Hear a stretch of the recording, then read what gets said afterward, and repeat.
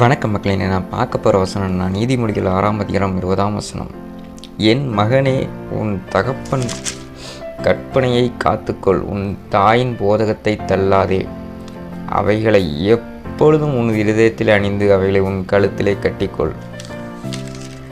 கடவுள் கேட்குறாரு, உன்னோட தகப்பனோட கற்பனைகளையும் உன் தாயின் போதகத்தையும் எப்போதும் நீ கேட்கணும். பிள்ளைகளாக நீங்கள் கேட்டுக்கிட்டு இருந்தீங்க, இந்த வசனத்தை நீங்கள் கேட்டுக்கிட்டு இருக்கீங்கன்னா உங்களோட அப்பாவோட போதகத்தையும் உங்கள் அப்பாவோட கற்பனைகளையும் உங்களோட தாயினோட போதகத்தையும் தள்ளக்கூடாது. அவங்க சொல்கிற ஒவ்வொரு வார்த்தைகளையும் நம்ம கீழ்ப்படிஞ்சு நடக்கணும்.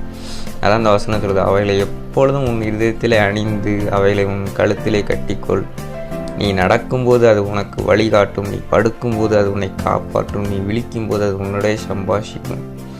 ஸோ நம்ம பிள்ளைகளாகி நீங்கள் இந்த வசனத்தை கேட்டுட்ருக்கீங்கன்னா உங்களோட அப்பா அம்மா பேச்சை நீங்கள் கேட்டு நடக்கீங்களா? உங்கள் தாய் தகப்பனுக்கு கீழ்ப்படிஞ்சு நடக்கீங்களா?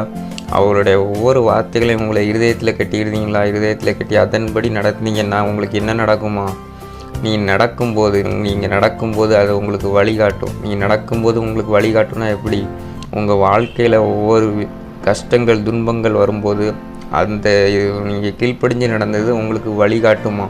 நீங்கள் படுத்திருக்கும்போது உங்களை காப்பாற்றும். ஒவ்வொரு வார்த்தைகளும் நீங்கள் அவங்கள கீழ்ப்படிஞ்சு நடந்துகிட்ருக்கீங்க அப்படின்னா உங்களுக்கு அது உங்களுடைய வாழ்க்கையில் அது வழி நடத்தும், உங்களுக்கு அது நன்மையாக மாறும். அப்படி கீழ்ப்படியாமல் அவங்கள எதிர்த்து பேசிட்டு அவங்க சொல்லுக்கு கீழ்ப்படியாமல் நடந்தீங்கன்னா உங்கள் வாழ்க்கையில் நன்மை நடக்காது, தீமை தான் நடக்கும். பிள்ளைகளாகிய நீங்கள் இந்த வசனத்தை கேட்டுட்ருக்கீங்கன்னா உங்கள் அப்பா அம்மாவோட பேச்சை கீழ்ப்படிஞ்சு நடங்க. அவங்களோட என்ன வார்த்தைகள் சொல்கிறாங்களோ அது கீழ்ப்படிஞ்சு நடந்தீங்கன்னா உங்கள் வாழ்க்கை செழிப்பாக இருக்கும்.